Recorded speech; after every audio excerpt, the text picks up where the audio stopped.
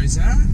For those of you who don't know me, I have always been an anxious person in a car, and today I'm doing something after 25 years of travel that I never thought humanly possible, which is I'm driving on the wrong side of the car, on the wrong side of the road, and without sweat, so except for that massive bus that just went past.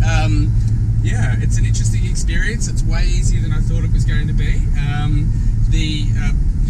Hiring a car here in Mendoza was a little bit difficult. We'd hired a car, and the one thing about hiring a car is anyone can take the reservation. It's holding the reservation. So unfortunately, when we arrived, they had forgotten to hold the car for us, so we had to taxi him into Mendoza.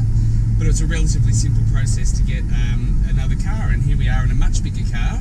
I was hoping for the world's smallest car so that parking would be easy, but we're in a beautiful Toyota Corolla. There's only about 178 dents in it, which by Argentinian standards is pretty good. We're on our way now to the wine region. We're going to hit our first wine regions in a place that I will never be able to pronounce, Luna de Coya or something like that. We'll put the right words up on the screen for you. Yeah, anyway, looking forward to it. Trying out some Malbec and not drink driving. So here we are at the Dolian Winery in beautiful Mendoza.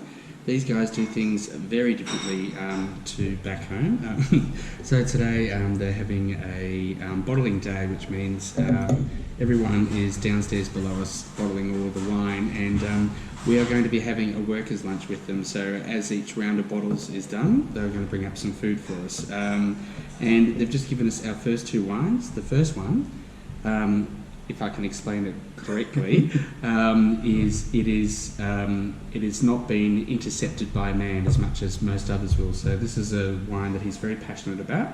It's a very, very light Malbec, from what I can tell. And he has said that he didn't want science to interfere with it. Whereas the second wine, he said, is a wine for the people. So this is a wine that is made much more drinkable. On first taste, I think we both like the second one first, but I'm starting to like the first one. I'm still liking the human intervention wine. So we'll get back to you on the rest.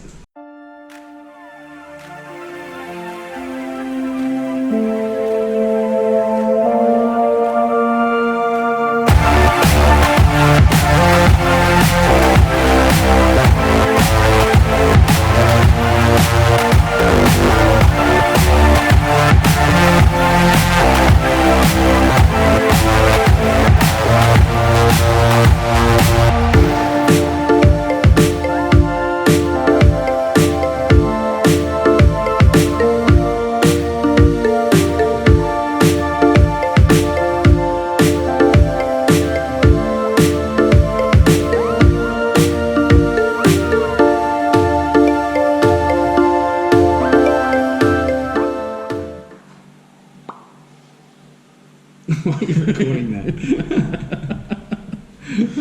Actually, the funny thing about this is he said, so we called, and unfortunately for us, we didn't book anywhere in advance here in Mendoza, so we've had to travel around. Will has had to negotiate in Spanish, and this is pretty much one of the only places that wasn't booked out, and in fact weren't really open, but they've got the kitchen open for the workers, so they said we can come and have a workers' lunch. And the one best thing about this place? This is...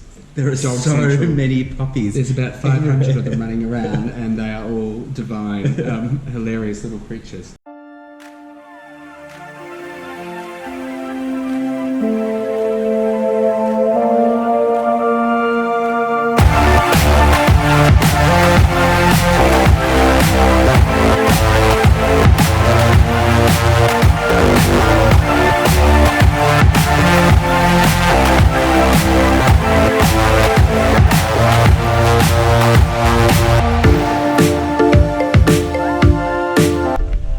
Doesn't look like much, but really expect the unexpected when you come to places where you don't have any expectations at all. We came here not knowing what we were going to experience, and we just had a fantastic lunch. We've had an educational trip down winemaker's history, especially with this Bottega here. Highly recommend it if you want to come and have truly an amazing experience. There'll be other videos about the winemaker Ricardo, who was really lovely, and so just stay tuned. Hello, my name is Ricardo Giadaru. This, where I'm sitting now, is the winery that my father built 20 years ago. The guy in the picture. He was Italian and engineer like me, and we moved into Argentina when I was 1 year old. I was raised and educated in Buenos Aires, and when my father passed away, I came to Mendoza. Actually, he started the winery when he retired from the steel industry. He wanted to keep an activity into something related more with nature, sustainability, and especially something that he would like and enjoy. So he went into wine business, chose this place, Agrelo, in the middle of the first zone in Argentina, Mendoza, and just beside Chandon and other very important wineries that you might see in the maps in Google. And he dug a huge hole in the ground, constructed the winery, and recovered that with the dirt. So everything is below 6 meters from the level of the vineyard.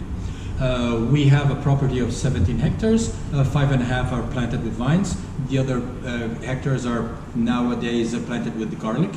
And we try to achieve the very best wines we can in 2 lines of wines. One that will follow our purpose of being sustainable, ecological, and aware of environment and society, which is called Eco-Estate, that wants to show the vineyard, the terroir, and the variety of the wines in the most pure and uncontaminated way. So the winemaker there is not the important person. Nature is what we focus on.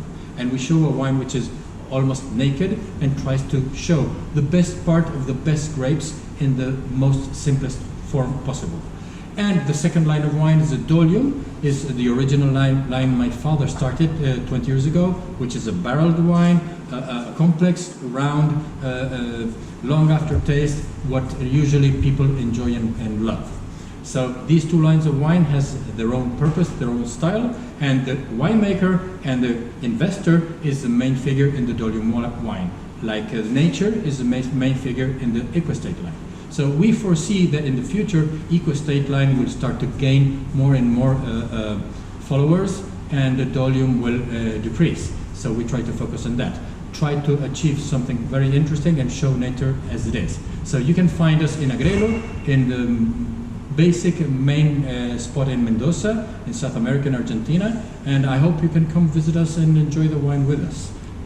Okay?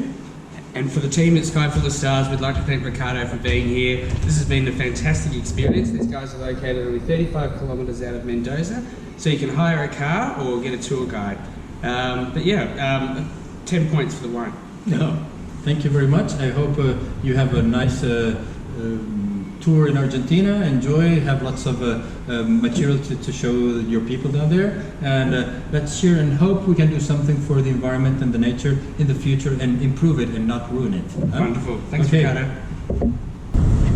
So I thought I'd just give you all a little bit of an update on what it's like to drive in Argentina. As with any country, you know, it's always good to check up on the rules, so I studiously studied all of the books. And I might as well have thrown it out because the thing about Argentina is all of the road laws appear to be just a suggestion. So stop signs, people just go straight through them. Stop lights, people go through them. Give way signs, good luck with that. And lanes, apparently lanes here don't exist, even though they've very politely drawn all the lines for us. No one seems to take any notice of them. So, but they are, despite all of the honking, and they do feel like sometimes they're bullying you. We've actually seen lots of really friendly drivers, and the police seem to be the first people to break every rule. So we were just following the police before. We were just being followed by the police before, and I had to get out of their way because they needed to break at least 40 of the road rules. So that's driving in Argentina.